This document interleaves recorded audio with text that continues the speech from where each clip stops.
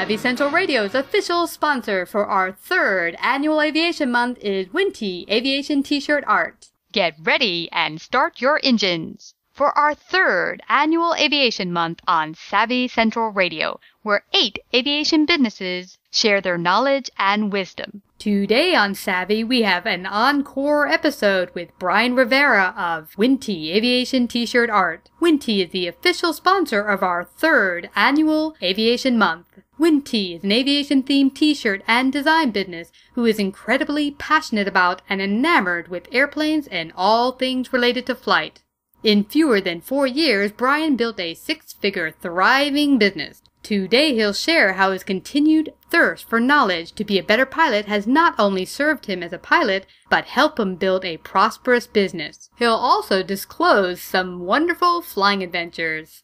Hi Bryan, welcome back to Savvy Central Radio. How are you? Hey, I'm doing great. It's fun to be back. Well, I'm so excited to have our official sponsor for Aviation Month join us for our second interview together. We actually had an interview for our first annual Aviation Month.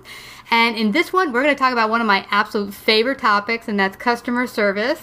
And you guys really do it awesome. But besides that, we're going to talk about your history as a pilot, because I love the way you don't kind of sort of fly. You really take it very seriously and put the most amount of effort. You're not complacent. And you always figure out ways in which you can be a better pilot and a better business owner and provide even better service for your clients. So before we get started, share with the audience a little bit about your background, what brought you to the world of aviation, and how you started your business. It started a long time ago. I was about, I don't know, as far as I can remember, I say 8 years old, but my grandma used to say about 3 years old. But basically, pretty much from the beginning, I've always wanted to fly. I do remember the old legacy carriers, and also during the time where security wasn't as critical as it is now, because now the way things are, it pretty much ruined the experience of commercial air travel. Now it's a process. Yeah, we get processed. Yeah, we get processed at the gate, and it's not a pleasant feeling. A lot of times you hear people say, oh, I hate traveling. I can't wait to get to my destination. But anyway, fortunately for me, I was able to experience the golden age of flying. Because of that, as a child growing up in that environment, I always wanted to become a pilot. So I was one of those guys that said I always knew what I wanted to be when I grew up. Now, when you put flying on hold, was it because it wasn't possible to fly, or you just felt I can't be a capable pilot? What did you feel? For me, I guess I gave it too much thought. I pulled myself out of the game. I've never been denied a medical. I've always been in excellent health. I just thought it just couldn't happen, so I just let it fade away. I said, oh, well, I guess this is not going to happen. Until 15 years later, I went to AOPA Summit, and I met a few doctors there. We had a conversation, and after the conversation, I felt there was hope. And I said, well, if the AME would check me out, he will decide ultimately whether am I really fit for flight. And to fast forward and speed that up the answer was yes. I got a third-class medical. I got back into flying after at least 15 years. And it was a rebirth. I was like, wow, I wasted all of this time. I could have been flying. So I guess a lot of you pilots out there could also realize and know, even the ones who are currently flying and the ones who've allowed their medicals to expire, or the ones who actually lost their medicals, I mean, to have that piece of paper certifying that you are indeed fit for flight was miraculous. Yeah. And how many people out there will maybe not qualify themselves? Not so much that the FAA or AME has said you can't fly, but they feel... Now, we all know as pilots that it's you as the pilot in command who decide, am I fit enough, am I safe enough to get behind the yoke? But often, we might not feel competent enough, or maybe feel we'll get denied a medical, so we'll take ourselves out of the game, as you said, and really deny ourselves the magic of flight there.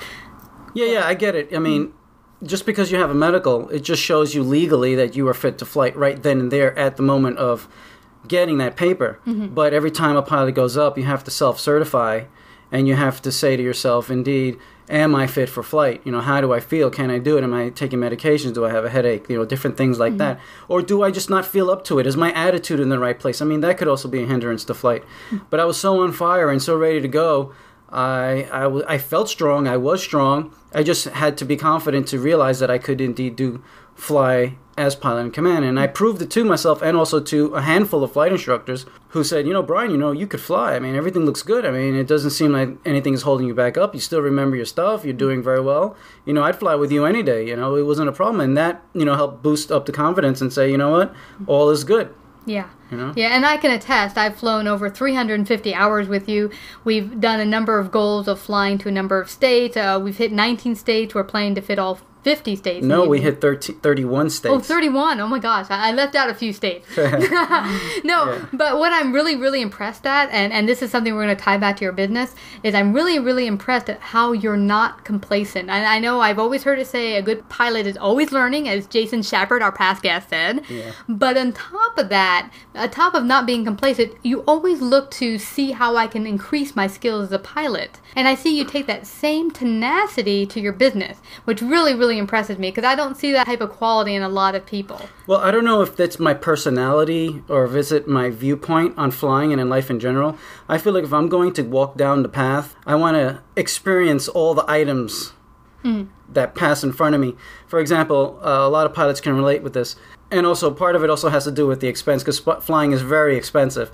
So I figure, if I'm going to get in that airplane and spend $120 an hour, $200 or $300 an hour, depending on the type of aircraft you're going to use, I mean, you want to make the best of it.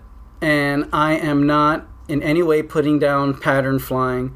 There's a lot of pilots out there who are very content with rolling out their airplane 6, 7 o'clock in the morning, going up, doing a handful of touch and goes and saying, I did my flight for the day, that's okay. But I personally didn't want to do that. I figured, I have a new lease on life, a new lease on flying. I'm going to take advantage of this certificate and push it as far as I can, responsibly, of course, within the limits of my limits and within, as I continue to grow as an aviator, see what I could do. So in my case, I like going on really long cross countries. I mean, several states across cross country. Yeah. And Christina knows, because we've flown together on most of them, a whole bunch of them. Yeah. And in a multiple variety of airplanes. And what I find about long cross countries in particular is that you not only, it increases your aviation skills because you have to use the plane completely, but I find that you're going through different weather systems, different cultures. Things have come up where I didn't think of this when we first started flying very long cross countries, but we would fly several states into the south and realize everything shuts down pretty darn early. Yeah. And if we don't have things planned ahead of time, we are not getting off the property because everything's mostly gated. So if we don't plan properly, there's no fuel truck. We're stuck behind the gate with our little airplane, sleeping inside the airplane for the night if we're not careful.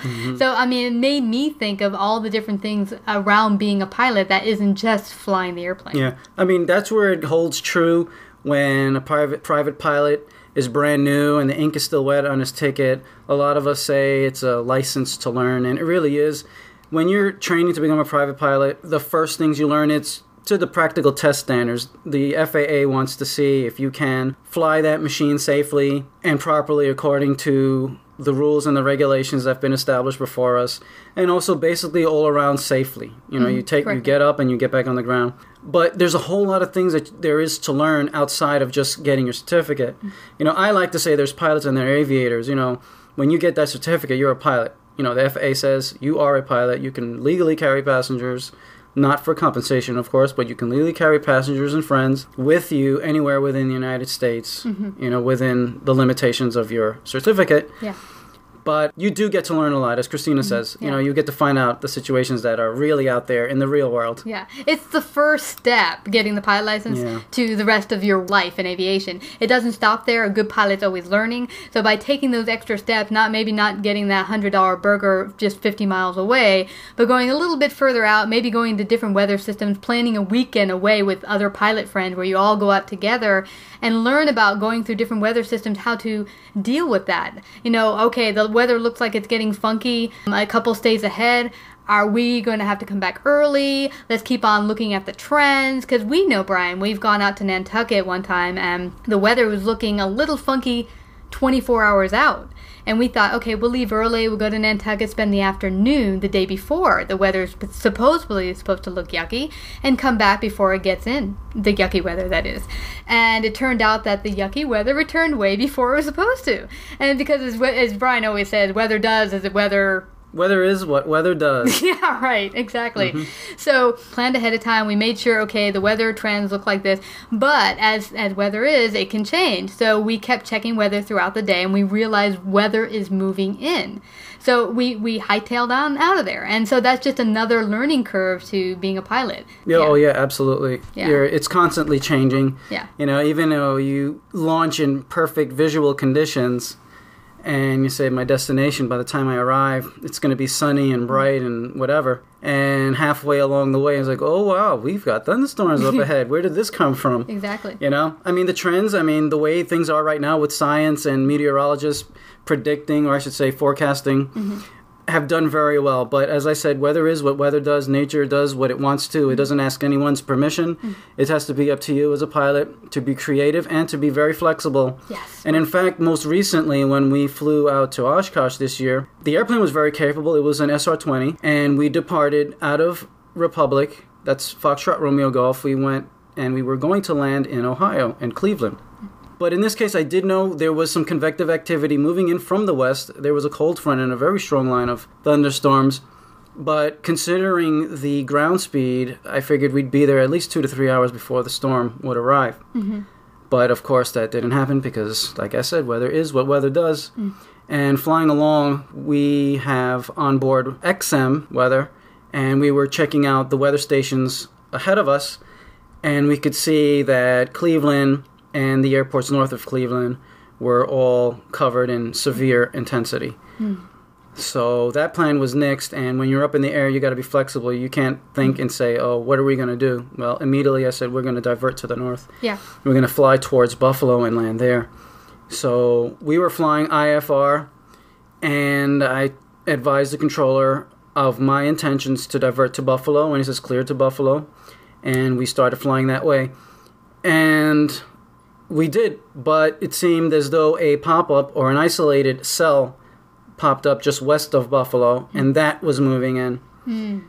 So immediately then again, as we were flying along every minute, checking the updates, ultimately, we landed in Erie, Pennsylvania, right on the edge of Lake Erie. Yeah. And it was very interesting because what it led me always through these long countries to realize is to not only have good, planning involved, where you do good flight planning involved and check all the alternates or things that could possibly happen along our route, and how we could plan differently if need be. I've also realized there's times where we've gotten stuck overnight, and you have to have a trusty credit card with some good cash on it. And a phone helps a lot. Our phone once was starting to die when we really needed it, and luckily, what did we do? I think we called... Flight service. On the ground, in the airplane. Yeah, the airport was closed. And actually, this was in the Hamptons one time, a number of years ago. That was fun. And if you're going to get stuck in the Hamptons. Yeah, that was funny. It was at night, and there was nobody at the airport, and there was nobody we could contact. So I said, well, flight service station, hello, flight services. So we called them up, and we asked the specialists to give us any tips or contact any hotels within the area. And it was quite a bit of an adventure. He gave us a few numbers, and we contacted those people. They sent over a cab and picked us up, and we stayed in a very swanky joint. What was funny is that after the flight services gave you the phone number for the hotels, I called the hotels and said, okay, we're looking for something not too divey. Do you think you can find that for us? And they're like, I don't think you know where you've landed. We don't do divey in East Hampton. Yeah. But that was funny. It made me laugh. We had a good laugh on it, and the people who picked us up were very nice.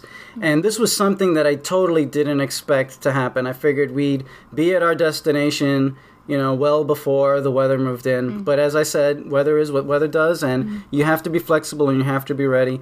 And each experience you take, you tuck it into your flight bag of experiences, and it just makes you that much better. And even still, down the road, you can have thousands and thousands of hours and all types of experiences, and it does help. And I hope every pilot, young and old, gets to experience new experiences. It does make you that much better. It does prepare you, and not only just in flight, but also in business and in life in general. Absolutely. And I've seen, even when you go out to get recurrency or you're sitting and say, hey, I'm going to go up for some pattern work or I'm going to go up and do some stalls, you still do that. And you think, well, hey, I've been a pilot for 22 years. Do I still need to practice stalls? Well, hell yeah, you're going to land, right? We stall all the time. Yeah, right. Just hopefully a few inches above the ground. Right, exactly. Yeah.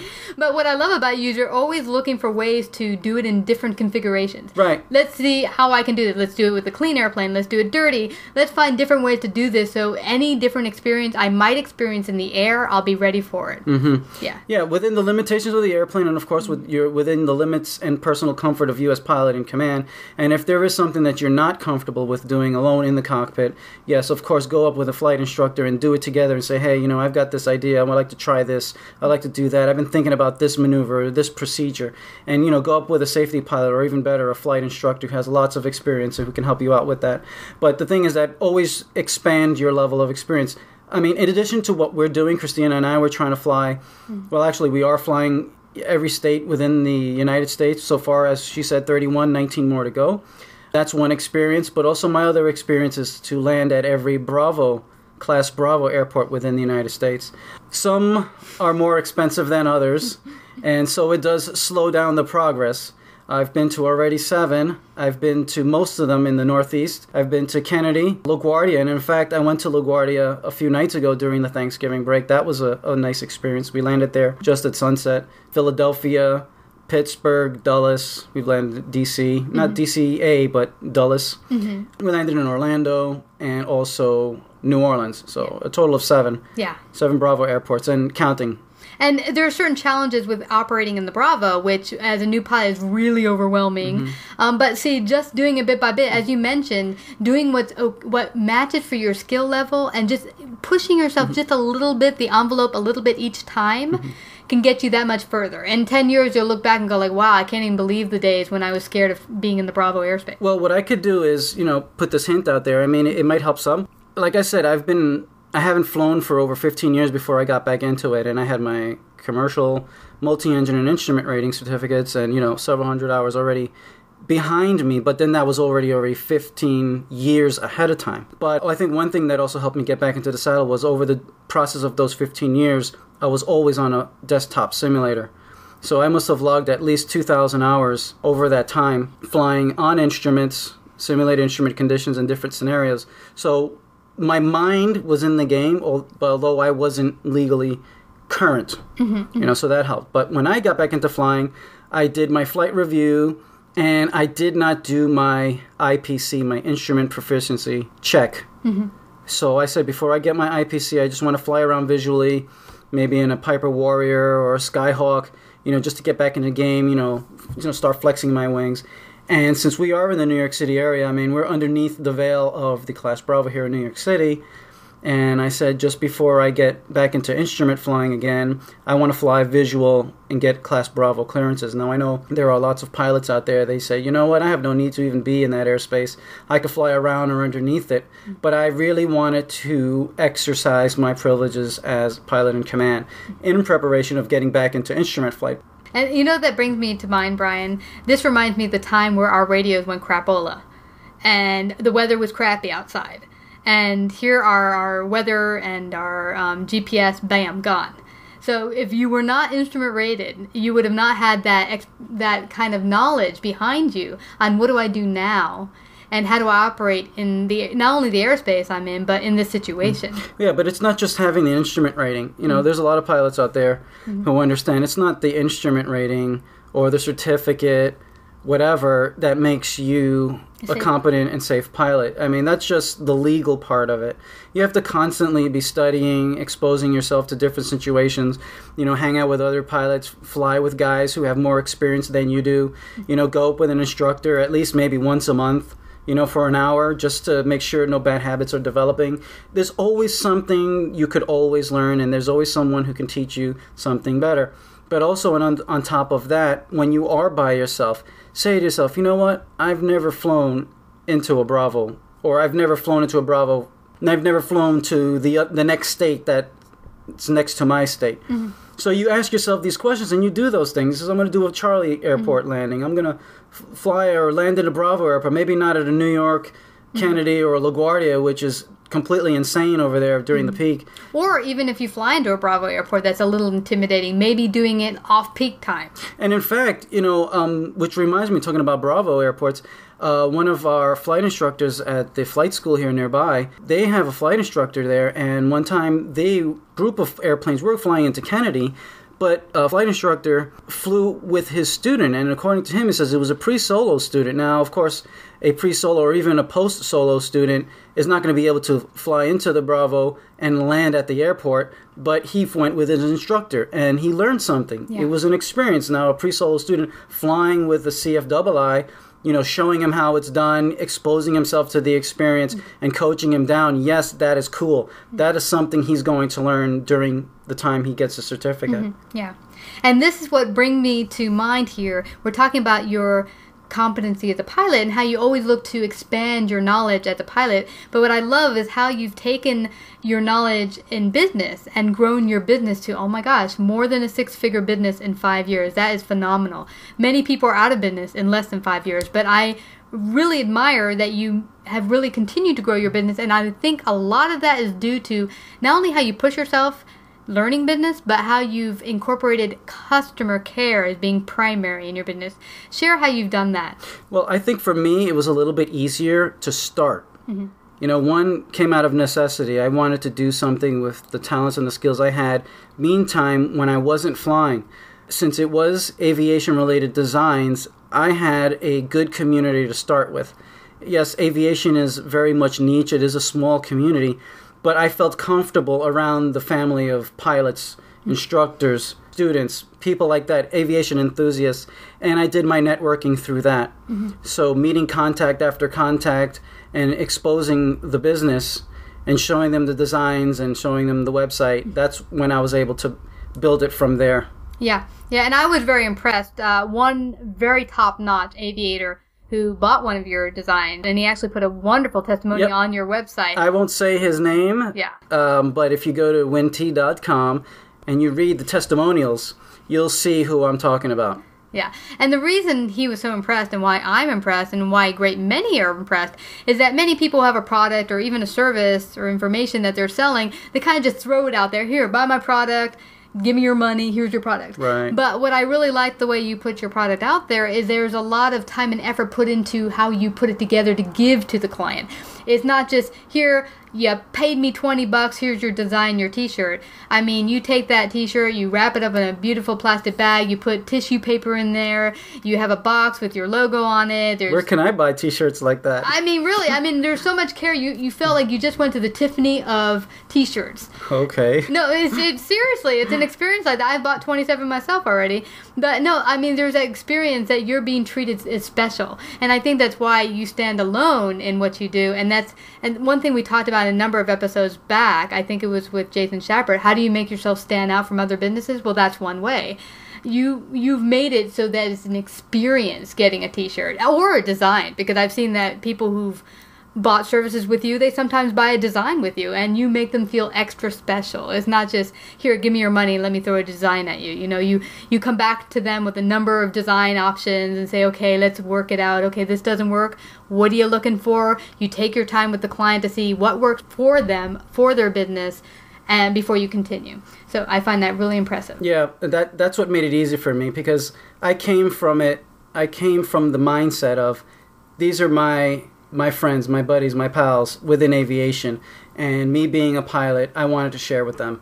My efforts were received very well, and it made it easier to start. And I packaged and I prepared the shirts, and the quality of the fabric was because, hey, if I got a t-shirt, I would like to have it like this, like that, and also deliver it with a nice feeling. Because a lot of times, I've done it before, not that it's wrong, it feels something special. You could actually see somebody took the care and the time to say, hey, you ordered this, thank you very much for buying with us. We would hope that you come back again, and this is the way we appreciate your business. We take care of it. Yeah, absolutely. And that's one thing that I feel very prideful for, too, in my business, that I want every customer that works with Savvy, whether you do advertising or a promotional interview with us, that you get the best darn interview you can. That if you feel that this is something that you can actually use for your business, and not something that, hey, you just came on, didn't commercial, and who cares, I took your money.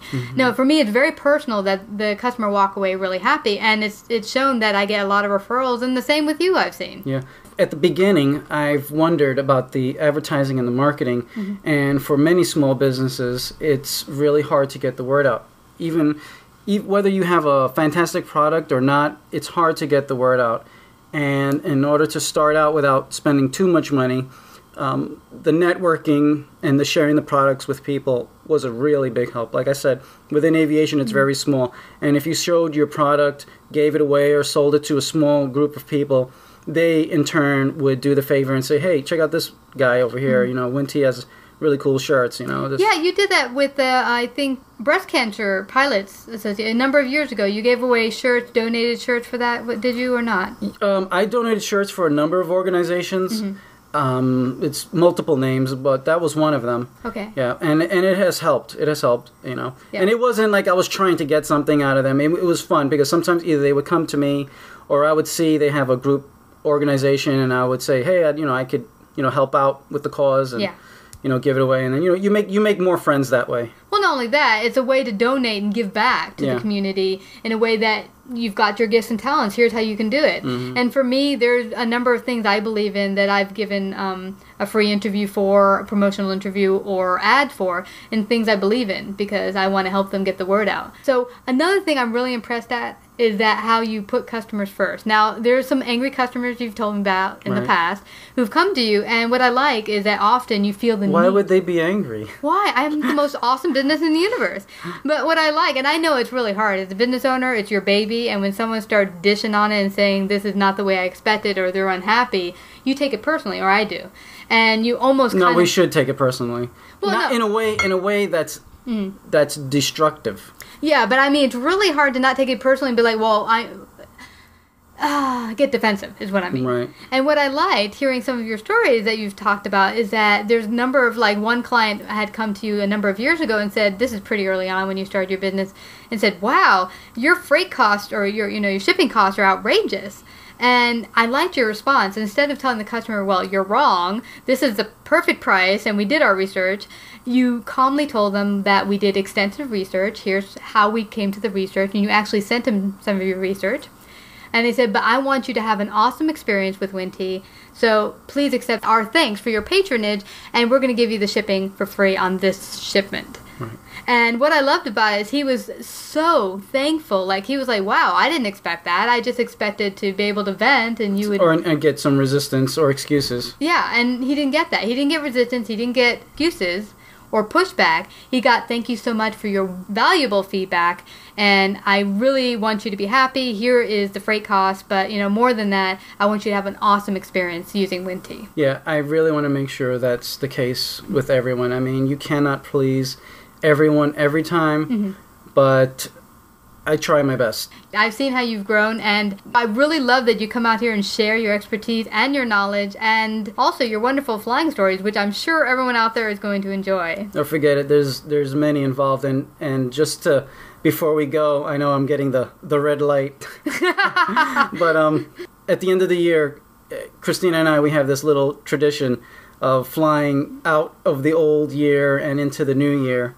And we're hoping the weather is going to cooperate on December 31st into January and take up a nice general aviation style New Year's flight. Possibly if the weather is cooperating and the visibility is good.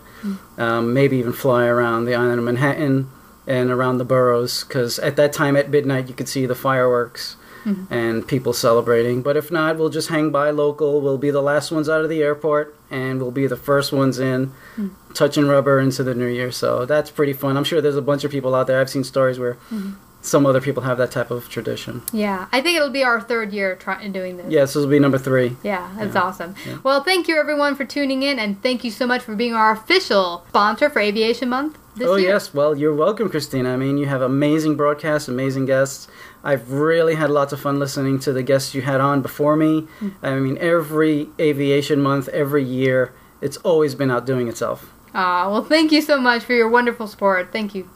For your chance to win an official Savvy Central Radio 3rd Annual Aviation Month t-shirt, like our page at facebook.com/Savvy Central Radio. For those interested in joining our Savvy family or being a paid sponsor or interviewing with us, contact us at savvycentralradio@gmail.com or 718-713-2289. And remember, we want to host the programming you're interested in. If you have a guest you'd like to hear on Savvy or a topic you'd like us to cover, please let us know.